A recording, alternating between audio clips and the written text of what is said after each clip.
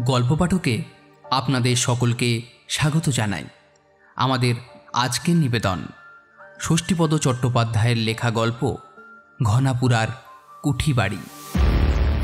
বিগত দিনগুলোতেও আপনারা গল্প পাঠককে যেভাবে ভালোবাসা দিয়েছেন তাতে আমরা আপ্লুত। আশা করব পরবর্তী দিনগুলোতেও আপনারা এভাবেই পাশে থাকবেন। এই চ্যানেলে নতুন হলে দয়া করে চ্যানেলটি সাবস্ক্রাইব করে আমাদের সঙ্গে যুক্ত থাকবেন। গল্পের শেষে আপনাদের জন্য একটি প্রশ্ন থাকবে। প্রথম 3 জন সঠিক উত্তরদাতার নাম আমরা পরের সপ্তাহে ঘোষণা করব। শুরু করছি আমাদের আজকের নিবেদন ঘনাপুরার কুঠিবাড়ি।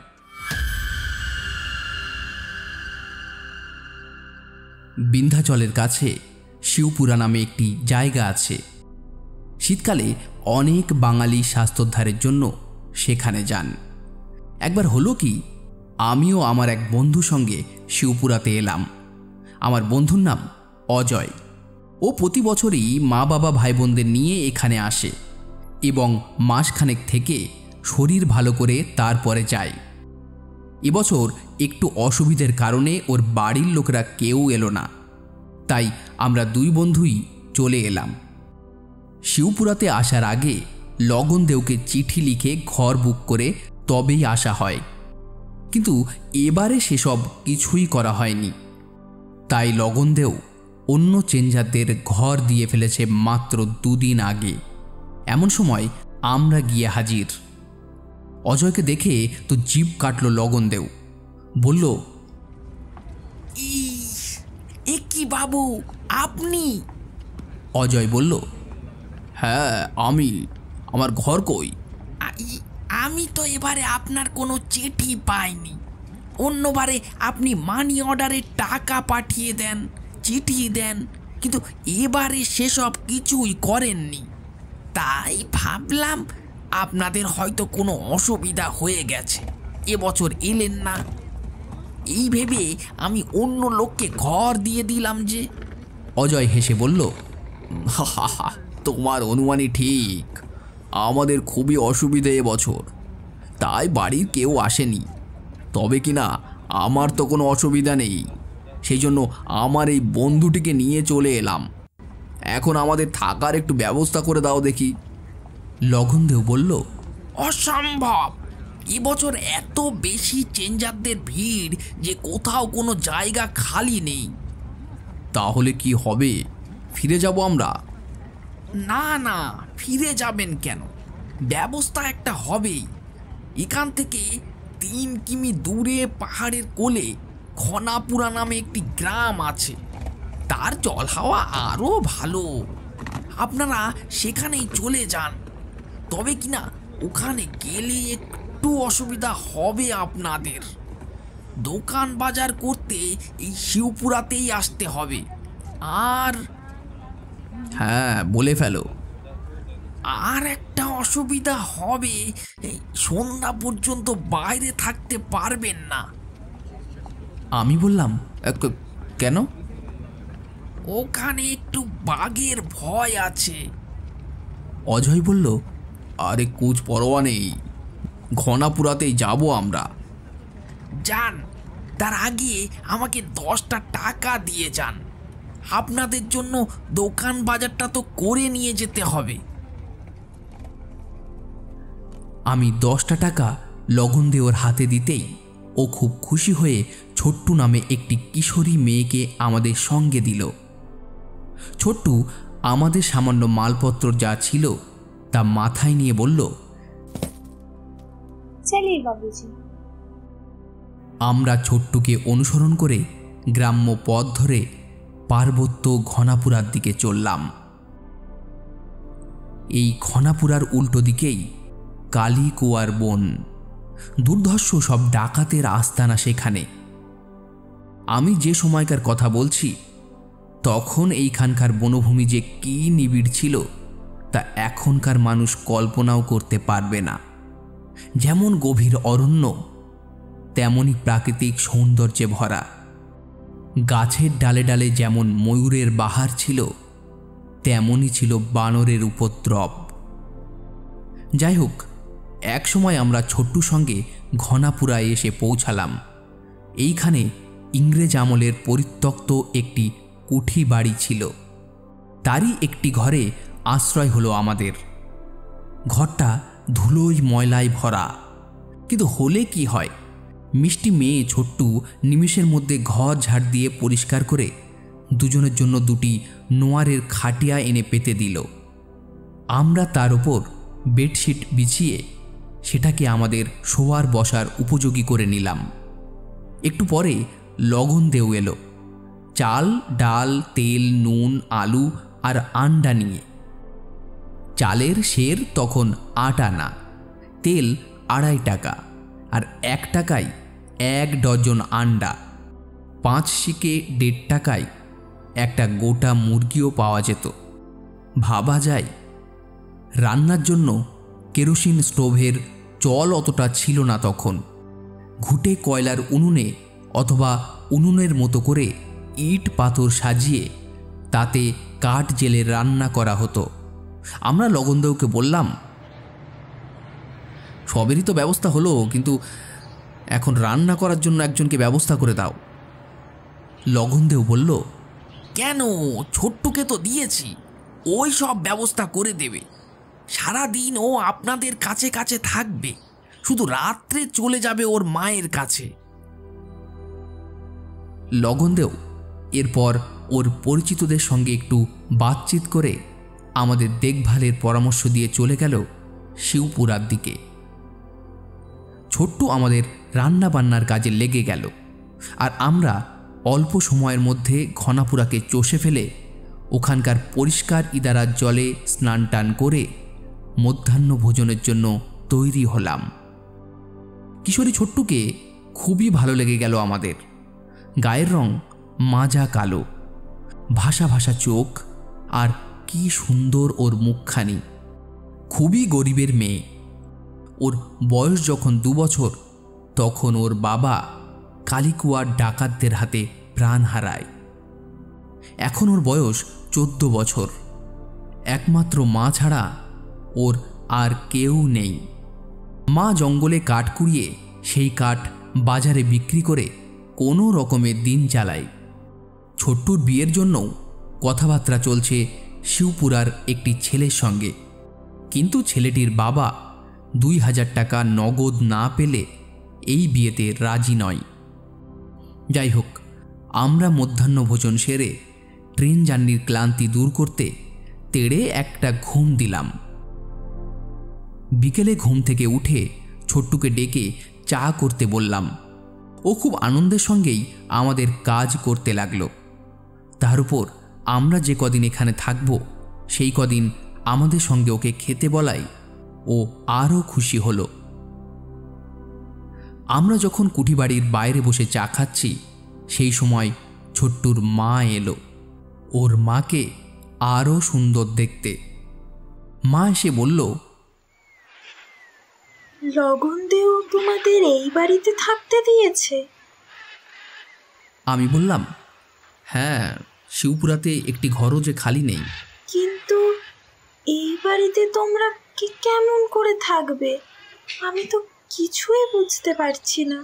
আমার একটু ভূতের ভয় আছে, তাই বললাম, কেন, রাত্রিবেলা খারাপ কিছু হয় নাকি এখানে? কি যে হয় আর কি যে হয় না তা আমরাও জানি না। তবে এই কুঠি বাড়িতে এর আগেও যারা এসেছিল তারা কেউ এক রাতের বেশি থাকতে পারেনি। সাহেব আমলের পুরনো বাড়ি, কত নাচ গান, হই হল্লা, আমোদ ফুর্তি, কত খুন খারাপি হয়েছে এখানে তার ঠিক নেই। অজয় বলল, আরে তাতে কি, এই বন বাদারের দেশে এমন একটা আশ্রয় যখন পেয়েছি, তখন কোনো কিছুরই ভয়ে আমরা এখান থেকে যাচ্ছি না। অজয় বলল বটে, আমার কিন্তু ভয় কাটল না। ছোট্টুর মা আমাদের রাতের খাবারের জন্য কয়েকটা রুটি ও ডাল তৈরি করে দিয়ে বিদায় নিল। আমরা ছোট্টুর জন্য ওর মাকে ডাল রুটি দিয়ে দিলাম। তারপর পাহাড় জঙ্গলের দেশে বনভূমির ফাঁক ফোকরে যতটুকু যাওয়া যায় গিয়ে ফিরে এলাম। সন্ধে হতেই ছোট্টুর মা একটা লণ্ঠন নিয়ে এসে রেখে গেল আমাদের জন্য। তারই আলোয় দুজনে দুটো গল্পের বই নিয়ে পড়তে লাগলাম। কিন্তু রাতের কুঠিবাড়ি যে কখন কি চেহারা নেবে তাই কল্পনা করেই শিউরে উঠতে লাগলাম আমি। বেশিক্ষণ বইয়ে মনোনিবেশ করতে পারলাম না। বই মুড়ে রেখে অকারণেই পায়চারি করতে লাগলাম ঘরময়। কিন্তু আশ্চর্য, অজয়ের কোনো ভাবান্তর নেই। একসময় ওই আমার দিকে তাকিয়ে বলল, আরে কি হলো তোর, ভয় করছে? তা একটু করছে বই কি, এইরকম একটা বাড়িতে রাত্রি বাস করা রীতিমতো ভয়ের ব্যাপার। আরে ভয়ের তো একটা কারণ থাকবে। আরে সেই কারণটা যখন ঘটবে তখন টের পাবি। দেখবি প্রথমে আলো নিভবে, তারপর খাটিয়া দুটো এদিক ওদিক করবে, পরে বন্ধ দরজার খিল আপনা থেকেই খুলে যাবে। নয়তো হাজার চেষ্টা সত্ত্বেও দরজা জানলার কোনো কিছুই আমরা আর খুলতে পারবো না। অর্থাৎ ছকে বাঁধা নিয়মগুলো এক এক করে দেখবি ঘটতেই থাকবে সব। অজয় বলল, আরে কোনো কিছুই হবে না, খেয়ে দিয়ে শুয়ে পড়, তেড়ে একটা ঘুম দে, দেখবি সকাল হয়ে গেছে। ওর কথা মতো তাই করলাম। কিন্তু করলে কি হবে? দুপুরে ঘুমিয়ে পড়ার ফলে আর মনের মধ্যে একটা অজানা আতঙ্ক দানা বেঁধে থাকায় ঘুম কিছুতেই এলো না। হঠাৎই দরজায় টকটক শব্দ। ভয়ে বুক আমার শুকিয়ে যেতে লাগলো। এই বুঝি আরম্ভ হলো ভূতের উপদ্রব। আমার ভয় দেখে অজয়ই উঠে গিয়ে দরজা খুলল। ছোট্টুর মা সামনে দাঁড়িয়ে বলল, তোমাদের কোনো অসুবিধে হচ্ছে না তো? অজয় বলল, না না, কোনো অসুবিধা নেই। তোমরা দুজন ইচ্ছে হলে আমার ঘরে গিয়ে থাকতে পারো। আমরা মা মেয়ে আলাদা ঘরে শোবো, তোমরা দুজনে একসঙ্গে থাকবে। কোনো দরকার নেই, বেশ আছি আমরা। এই রাত দুপুরে এই ঘর ছেড়ে কোথাও যাচ্ছি না। আমি ততক্ষণে বেডশিট গুটিয়ে উঠে পড়লাম। বললাম, ও না হয় না যাবে, কিন্তু আমি যাব, আমার ভয় করছে খুব। অজয় বলল, কাপুরুষ কোথাকার, যা তবে বেরিয়ে যা, আমি একাই থাকবো এই ঘরে, আমার কোনো ভয় ডর নেই। আমি আমার টর্চ হাতে করে ব্যাগ বেডশিট যা ছিল সব নিয়ে ছোট্টুর মায়ের সঙ্গে ওদের ঘরে চলে এলাম। গরিব মানুষের মাটির ঘর, দুটো ঘর পাশাপাশি, একটিতে আবর্জনা ভর্তি, অপরটি বসবাসের। তাতেই একটি খাটিয়ায় পুরু করে কাঁথা পেতে বিছানা করা আছে, আর একটি শয্যা প্রস্তুত আছে ঘরের মেঝেই। আমাদের দুজনের জন্যই এই ব্যবস্থা। ওরা মা মেয়েতে পাশের ঘরে সেই আবর্জনার পাশেই একটু জায়গা করে নিয়ে শুতে গেল। আমি রইলাম এই ঘরে। ছোট্টুর মা বারবার বলল, কি জেদি বাঙালি বাচ্চা রে বাবা, একদম ভয় ডর নেই। এত করে বললাম তবু শুনলো না। মা জগদম্বা সবার ভালো করুন, ওর যেন কোনো বিপদ না হয়। একা ঘরে ছোট্ট একটি চিমনি জেলে শুয়ে রইলাম চুপচাপ। সে আলোয় অন্ধকারের কোনো ক্ষতিই হলো না। না হোক এখানে শুয়ে থাকলে আর যাই হোক ভূতের হাতে প্রাণ তো দিতে হবে না। শুয়ে রইলাম, কিন্তু ঘুম এলো না। হঠাৎই আমার কানে এলো বিশ্রী ধরনের একরকম গান বাজনার শব্দ। মনে হলো কারা যেন হই হল্লা করছে, নাচছে, আর দারুণ সব বেলেল্লাপনার গান গাইছে। এসব যে কোথা থেকে ভেসে আসছে তা বুঝতে আমার আর বাকি রইল না। আমি টর্চের আলোয় ঘরের দরজা খুলে উকি মেরেই দেখি দূরের সেই কুঠিবাড়ি যেন রাতের অন্ধকারে প্রাণ পেয়ে জেগে উঠেছে। ঘরের ভেতরে আলো জ্বলছে, বেলজিয়াম কাচের ভেতর দিয়ে ফুটে বেরোচ্ছে সেই আলো। এই মুহূর্তে কেমন যেন এক অলৌকিক প্রভাবে আমার মনের ভেতর থেকে সমস্ত ভয় দূর হয়ে গেল। নিজেকে এবার সত্যিই কাপুরুষ বলে মনে হলো আমার। অজয়কে ওইভাবে কুঠি বাড়িতে একা ফেলে রেখে এইভাবে চলে আসাটা কোনো মতেই উচিত হয়নি আমার। তাই এখনই ওকে ওই সব উপদ্রবের হাত থেকে রক্ষা করা প্রয়োজন। এই মনে করে জুতোটা পায়ে গলিয়ে নামতে যাচ্ছি, তখনই ছোট্টু এসে হাত ধরল আমার। কাহা যা রে তুম? বললাম, কুঠি বাড়িতে। মজ্জা, ওখানে গেলেই তোমার বিপদ হবে। ততক্ষণে ছোট্টুর মাও উঠে এসেছে। কি হলো রে ছোট্টু? তারপর আমাকে দেখেই বলল, এ কি, এত রাতে কোথায় যাচ্ছ তুমি? আমি কুঠি বাড়ির দিকে আঙুল দেখিয়ে বললাম, আমার বন্ধুর কাছে। তোমরাও এসো আমার সঙ্গে, চেঁচিয়ে গ্রামের আর সব লোকেদের ডাকো। ছোট্টুর মা বলল, কেন মিছিমিছি পয়সান হতে যাচ্ছ? ওই সাহেব ভূতেরা ওই রকমই। আসলে হঠাৎ করে ওই কুঠি বাড়িতে কোনো মেহমান এলে ওদের খুব আনন্দ হয় এবং তখনই ওইসব আরম্ভ করে। সারা রাত এই গান বাজনা চলবে ওদের। এই সময় কেউ বাধা দিতে এলে ভীষণ রেগে যায় ওরা। আর গ্রামের লোকেদের কথা বলছো? হাজার ডাকাডাকি করলেও কেউ আসবে না, জেনে শুনে কেউ যাবে না ওখানে। আমি বললাম, এইরকম যখন ব্যাপার তখন আগেভাগে আমাদের সতর্ক না করে ওই কুঠি বাড়িতে ঢুকিয়ে দেওয়াটা কোনো মতেই উচিত হয়নি লগন দেওয়ের। কাল সকালে ও আসুক, তারপর যা বলার বলবো ওকে। বলাই উচিত। গত 2 বছরের মধ্যে কেউ রাত কাটায়নি ওই বাড়িতে।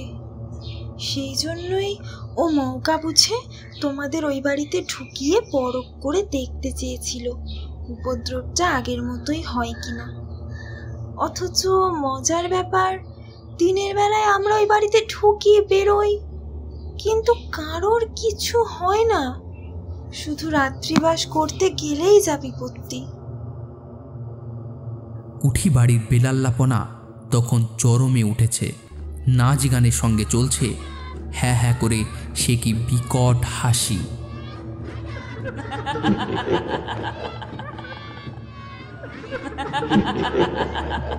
আমি সব ভয়কে জয় করে সাহসে বুক বেঁধে হন হন করে এগিয়ে চললাম কুঠি বাড়ির দিকে।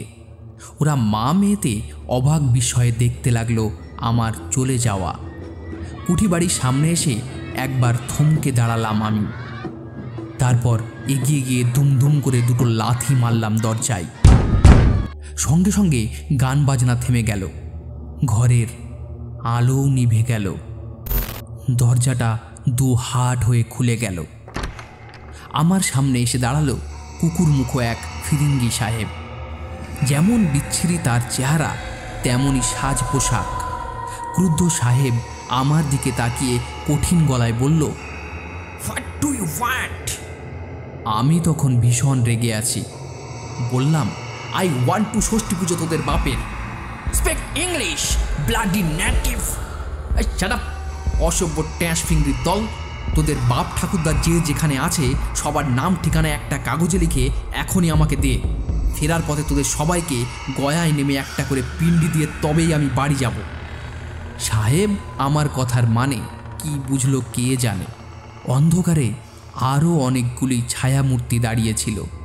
তাদের কাছ থেকে একটা কাগজ চেয়ে খসখস করে কতগুলো নাম লিখে আমার হাতে দিয়ে বলল, গেট আউট। আমি বললাম, আরে যাবো তো বটেই, না হলে এই রাত দুপুরে এখানে বসে কি তোদের কীর্তন শুনবো? তবে যাওয়ার আগে তোদের কি হাল করি দেখ।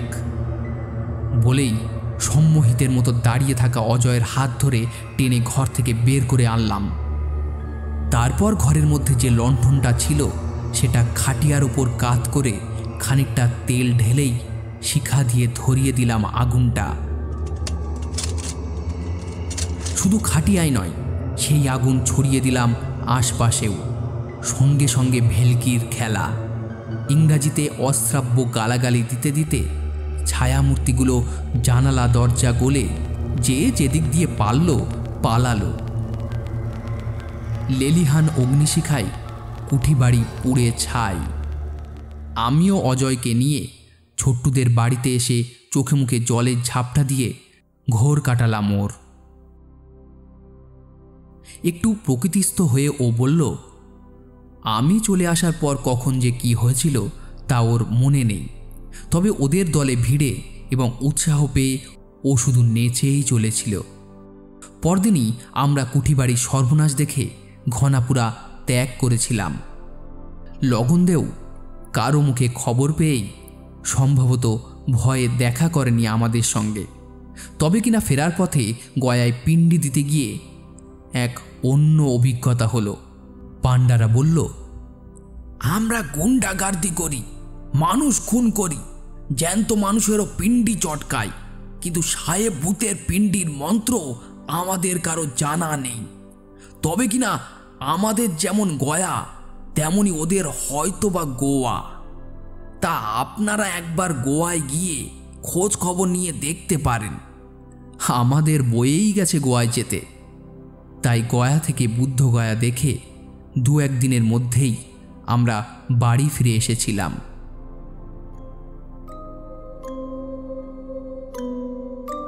এতক্ষণ আপনারা শুনছিলেন ষষ্ঠীপদ চট্টোপাধ্যায়ের লেখা গল্প ঘনাপুরার কুঠিবাড়ি। আজকের প্রশ্ন, ঘনাপুরার কুঠিবাড়িতে লগনদেও যে মেয়েটিকে কাজের জন্য নিযুক্ত করেছিলেন তার নাম কি ছিল? আপনারা আপনাদের উত্তর কমেন্টসে লিখে জানান। গল্পটি কেমন লাগলো কমেন্টসে আমাদেরকে জানাতে ভুলবেন না। গল্পটি ভালো লাগলে ভিডিওটি লাইক করে চ্যানেলটি সাবস্ক্রাইব করে আমাদের সঙ্গে যুক্ত থাকবেন। সবাই খুব ভালো থাকবেন। ধন্যবাদ।